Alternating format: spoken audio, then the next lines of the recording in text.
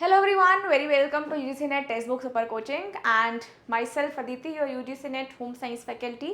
So आज जो है मैं आपको कुछ ऐसे टॉपिक्स बताने वाली हूँ जो आपकी होम साइंस सब्जेक्ट के लिए बहुत इंपॉर्टेंट है और अगर आप इनको स्किप करेंगे तो आपका सिलेक्शन रुक जाएगा। मीन्स ये वाले टॉपिक्स आपके एग्जाम के लिए बहुत ज़्यादा इंपॉर्टेंट रहने वाले हैं। सो इस वीडियो को पूरा एंड तक ज़रूर देखिएगा जिससे कि मैं आपको बता पाऊंगी कि आपके एग्जाम में कैसा पैटर्न आ रहा है, कैसे क्वेश्चंस आपके एग्जाम में पूछे जा रहे हैं। सो आइए वीडियो को करते हैं स्टार्ट। प्लीज़ सब लोग इस वीडियो को लाइक ज़रूर करना एंड उन्हीं सभी एस्पिरेंट के साथ शेयर करना जो यूजीसी नेट होम साइंस की प्रिपरेशन कर रहे हैं।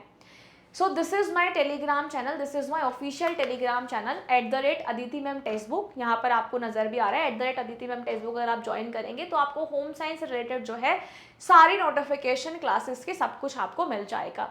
सबसे पहले मैं एक इंट्रोडक्शन के साथ स्टार्ट करती हूँ। तो आपको बताएं कि आपकी यूजीसी नेट की जो प्रिपरेशन है उसकी जर्नी बहुत ज़्यादा बड़ी है। आपको कम से कम 6 से 7 महीने लगते हैं पूरा प्रिपरेशन करने में, बिकॉज आपका सिलेबस जो है बहुत ज़्यादा वास्ट है और इसके लिए आपको एक स्मार्ट प्रिपरेशन की ज़रूरत होती है। सिर्फ हार्ड वर्क नहीं, जैसे हम बोलते हैं ना कि हार्ड वर्क करना ज़रूरी नहीं, हार्ड वर्क के साथ आपको स्मार्ट वर्क करना भी बहुत ज़्यादा इंपॉर्टेंट है। एंड आपको पता है कि सारी यूनिट जो है इक्वल वेटेज में नहीं आती है। अगर मैं अपने होम साइंस सब्जेक्ट की बात करूं तो टेक्सटाइल है, ह्यूमन चाइल्ड डेवलपमेंट है, बहुत ज़्यादा इंपॉर्टेंट यूनिट है जिसमें से सबसे ज़्यादा सवाल देखे जाते हैं। अगर मैं पिछले साइकिल का या लास्ट कुछ साइकिल्स को एनालाइज करूं तो मैंने एक वीडियो भी बनाई थी जिसमें मैंने आपको ट्रेंड बताया था कि PYQs का अब कैसे ट्रेंड बदल रहा है, कट ऑफ हाई हो रही है क्योंकि कंपटीशन बढ़ रहा है, number of candidates are increasing. So हर यूनिट जो है मीन्स अगर वो 10 यूनिट है, मैं वैसे 11 मान के चलती हूँ बिकॉज एक हमारा रिसर्च वाला इज द लास्ट यूनिट जो मैं आपको यूनिट नंबर 11 बेसिकली बताती हूँ। उसके अंदर जो है बहुत सारे ऐसे यूनिट है। अब हर एक यूनिट जो है उसका इक्वल वेटेज नहीं, जैसे सबसे ज़्यादा आपसे क्वेश्चन टेक्सटाइल से पूछ लिया, ह्यूमन चाइल्ड डेवलपमेंट से पूछ लिया, न्यूट्रिशन डायटेटिक्स से पूछ लिया, रिसर्च से थोड़े कम क्वेश्चन आ गए है ना, कुछ आपके कम्युनिकेशन से कम आ गए, फैमिली स्टडीज से आपके 3-4 क्वेश्चन पूछ लिए। हर एक यूनिट का इक्वल वेटेज नहीं है, बहुत सारे यूनिट इंपॉर्टेंट है, बहुत सारे क्वेश्चंस आपके रिपीट होते हैं। इनफैक्ट जो हमारी क्लासेस है उससे बहुत सारे क्वेश्चंस जो आपके एग्जाम में रिपीट हुए हैं। आइए एक बार देखते हैं कि कौन सा यूनिट आप लोगों के लिए इंपॉर्टेंट है। एंड उससे पहले आपको ये पता होना चाहिए कि टोटल जो है 10 यूनिट्स है एंड +1 अगर मैं बात करूं मीन्स एक रिसर्च मेथडोलॉजी है जो मैं एक अलग से काउंट करती हूँ क्योंकि आपके सिलेबस में रिसर्च हर एक यूनिट में दे रखा है, बट वो मैंने हटा के पूरा एक अलग यूनिट बनाया। It means there are total 11 units. अब आपने देखा है कि 60 to 70% जो क्वेश्चंस आते हैं वो आपके PYQs आते हैं जो रिपीटेड होते हैं, जो रिपीट किए होते हैं। जैसे अगर मैं लास्ट साइकिल की बात करूं, आपके डायरेक्ट एलिमिनेशन क्वेश्चन दिए हुए थे, मैंने पूरा पेपर भी सॉल्व करा दिया, आपको प्लेलिस्ट वहीं पर है, आप यूट्यूब पे देख सकते हैं प्लेलिस्ट भी। इवन मैंने टेलीग्राम ग्रुप में बहुत बार शेयर किया। साथ साथ मैंने ये भी आपको शेयर किया था जिसमें मैंने लास्ट 10 ईयर के PYQs कवर करा रखे हैं, 2014 से लेके दिसंबर 2025 के जो क्वेश्चंस है वो सारे कवर है। प्लेलिस्ट भी टेलीग्राम पे शेयर है, इवन यूट्यूब पे पूरा प्लेलिस्ट अगर आप सर्च करोगे तो आपको मिल जाएगा। आप देखिएगा, उसको एनालाइज कीजिएगा कि बहुत सारे क्वेश्चन जो है वो रिपीट किए हुए हैं, ऑलमोस्ट बहुत सारे क्वेश्चंस को रिपीट किया होता है। जैसे आपके PYQs जो हैं वो तो काफ़ी क्वेश्चन तो एग्जैक्ट ही उठ के आ जाते हैं। तो ये रिपीटेड कॉन्सेप्ट जो है, रिपीटेड क्वेश्चंस आते हैं। अब बात आती है कि टॉपर लोग किस पे फोकस करते हैं जिनका JRF हो जाता है। टॉपर फोकस करते हैं कि हाई वेटेज यूनिट कौन सी है, जैसे आपका textile, human child development, food science, ये बहुत हाई वेटेज वाली यूनिट है और हाई फ्रीक्वेंसी वाली यूनिट है जिससे क्वेश्चन बार बार रिपीट होता है।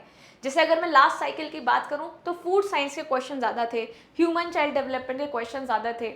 लेकिन ये ऐसी यूनिट्स हैं जो आपको स्कोर भी दिला सकती हैं अगर आपको कॉन्सेप्ट क्लैरिटी है, अगर आप समझ गए हो सारे कॉन्सेप्ट को, अगर आपने PYQs को सॉल्व कर लिया, ये एनालाइज कर लिया है कि कैसे कैसे नए क्वेश्चंस पूछे जा रहे हैं, तो आप इजीली JRF के बहुत नज़दीक जा सकते हैं। अब कौन कौन सी इंपॉर्टेंट यूनिट्स है वो देख लीजिए, क्योंकि सबसे बड़ा सवाल स्टूडेंट्स का एंड में यही रहता है कि मैम इतनी सारी यूनिट्स है और इतना सारा सिलेबस है, पॉसिबल नहीं है, तो क्या हम कुछ यूनिट को कम कर सकते हैं? आई मस्ट से नो, आपको सारे यूनिट्स को इक्वल टाइम देना है। लेकिन हाँ, जो आपकी मोस्ट इंपॉर्टेंट यूनिट्स हैं जिससे बहुत सारे क्वेश्चन पूछे जाते हैं, जैसे आपका फूड साइंस है, टेक्सटाइल है, ह्यूमन चाइल्ड डेवलपमेंट है, न्यूट्रिशन डायटेटिक्स और एक्सटेंशन एजुकेशन है। पास्ट फ्यू साइकिल्स के अंदर अगर मैं पास्ट कुछ साइकिल की बात करूं तो ये यूनिट्स जो है वो रिपीट हुई थी। इनमें से सबसे ज़्यादा क्वेश्चन जो है वो रिपीटेड मोड में आए हैं। मीन्स जो कॉन्सेप्ट है, कॉन्सेप्ट भी रिपीट हुए हैं, आपके क्वेश्चंस भी रिपीट हुए हैं। सो ये बहुत इंपॉर्टेंट यूनिट्स है।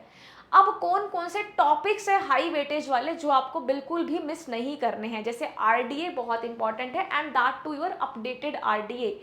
फूड प्रिजर्वेशन की टेक्निक्स पूछे जाते हैं। Deficiency disease is the most important in clinical nutrition subject, because आपका ओबेसिटी, हाइपरटेंशन, कैंसर, ठीक है ना, ये हिपैटिक इंसेफेलोपैथी, गाउट, इन सबसे क्वेश्चन आजकल एग्जाम में देखे जा रहे हैं। The most important from the textile is manufacturing of natural and artificial fibre. इनका सीक्वेंस हर बार आपके एग्जाम में पूछा जाता है, चाहे वो कॉटन का पूछे, चाहे वो वूल का पूछे, चाहे वो सिल्क का पूछे, चाहे वो नायलॉन या पॉलिस्टर का पूछे।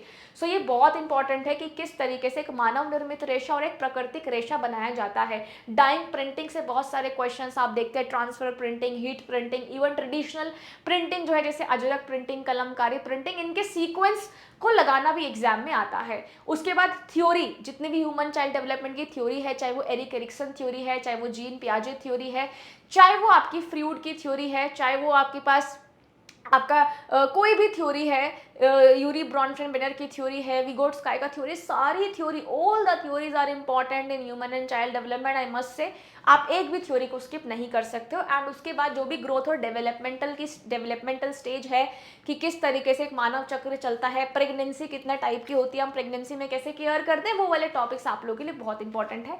टाइम और एनर्जी मैनेजमेंट बहुत इंपॉर्टेंट है, यहाँ से आपकी पीक लोड इन सब के बारे में पूछा जाता है। कम्युनिकेशन के जितने भी मॉडल्स हैं, लीनियर मॉडल है, चाहे वो ट्रांजेक्शनल हो, चाहे कैसा भी मॉडल हो, हर एक मॉडल कम्युनिकेशन का बहुत ज़्यादा इंपॉर्टेंट है और ये आप पेपर नंबर 1 में भी पढ़ते हैं।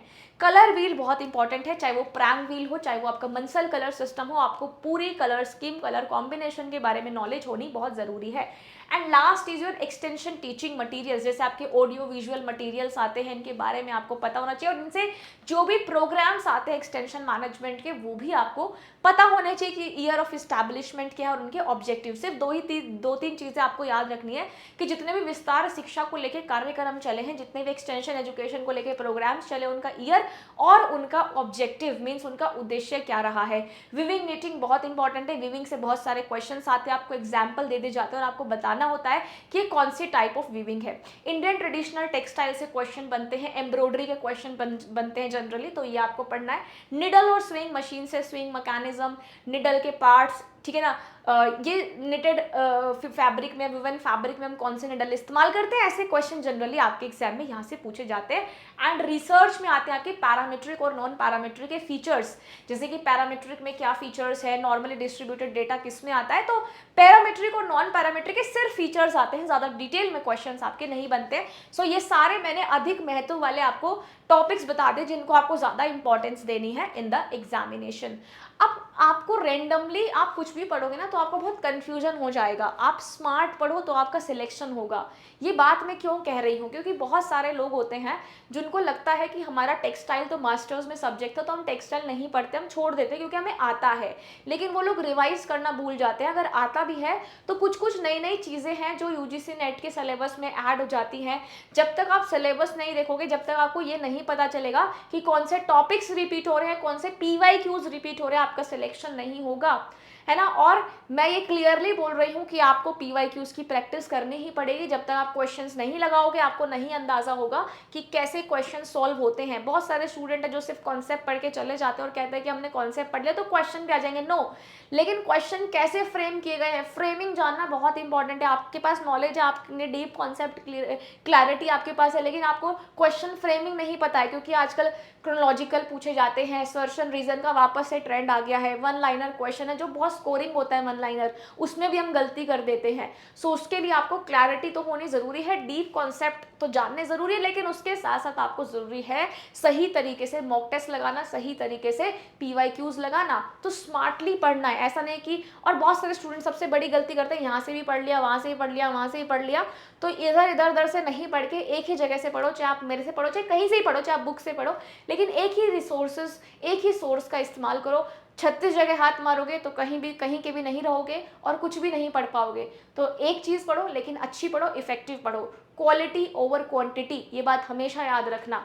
एंड बहुत सारे स्टूडेंट हैं जो ये बोलते हैं कि ये यूनिट हम इग्नोर कर देते हैं। क्यों? क्योंकि हमारे पास टाइम नहीं बचा है, हमारा सिलेबस नहीं हुआ है, और सबसे बड़ा रिस्क ले लेते हैं। जैसे कि सबसे पहले आप स्किप कर देते हैं रिसर्च मैथडोलॉजी, कि पेपर नंबर 1 में भी तो है रिसर्च, तो हम क्यों पढ़ें।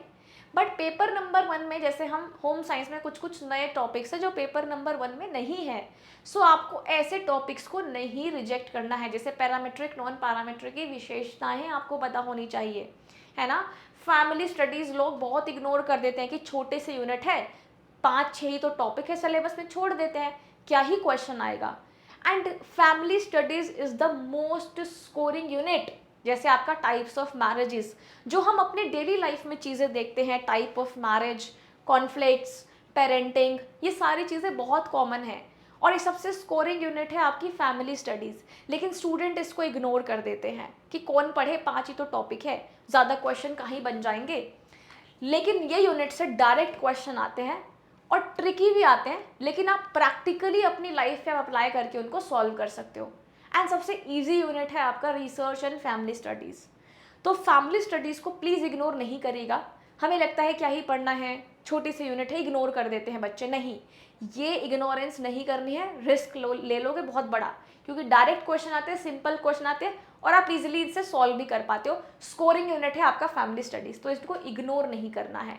तो ये बहुत इंपॉर्टेंट टॉपिक्स मैंने आपको बता दी, इंपॉर्टेंट यूनिट्स बता दी। आई होप आपके लिए वीडियो बहुत हेल्पफुल रही होगी। एंड अभी हमारा सेल भी चल रहा है, क्योंकि आपको डीप में जो कॉन्सेप्ट है वो पढ़ाए जाते हैं पेड बैचेस के अंदर।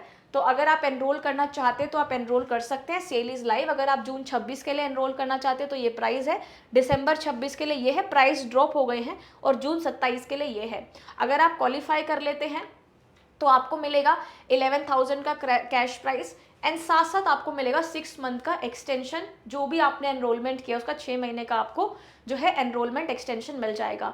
और ये अगर आप जीआरएफ क्वालिफाई करोगे तो मिलेगा 11,000, 5,000 आपको मिलेगा अगर आप नेट क्वालिफाई करोगे। तो जैसे ही आपका रिजल्ट आता है आप क्लेम कर सकते हो कैशबैक विद इन 45 डेज। तो आई होप आपको ये वीडियो बहुत अच्छी लगी होगी और आपके लिए बहुत इंपॉर्टेंट भी है। तो प्लीज़ इस सेशन को, इस वीडियो को शेयर करिएगा, ताकि बहुत सारे स्टूडेंट जान सके जो भी होम साइंस की प्रिपरेशन कर रहे हैं, एंड जो भी पेड बैचेस के अंदर आना चाहते हैं। आप मेरी कूपन कोड इस्तेमाल करके आप इधर एनरोल कर सकते हो एट अ मिनिमम रेट, और this is my coupon code ADITIR, जिससे कि आपको मैक्सिमम डिस्काउंट मिलता है। एंड ये सारे फीचर्स आपको मिलते हैं फाउंडेशन पेड बैच के अंदर, live classes, recorded classes, study notes, topic wise questions, mock test, जिससे कि आपकी प्रिपरेशन हो जाती है और बेहतर। सो अभी जाइए अपनी प्रिपरेशन चालू कर दीजिए, और ये टॉपिक्स जो मैंने आपको बताए हैं सारे पढ़िए, किसी को भी स्किप आपको नहीं करना है। Thank you so much, bye bye and take care. हम मिलते हैं आपसे क्लासेस के अंदर।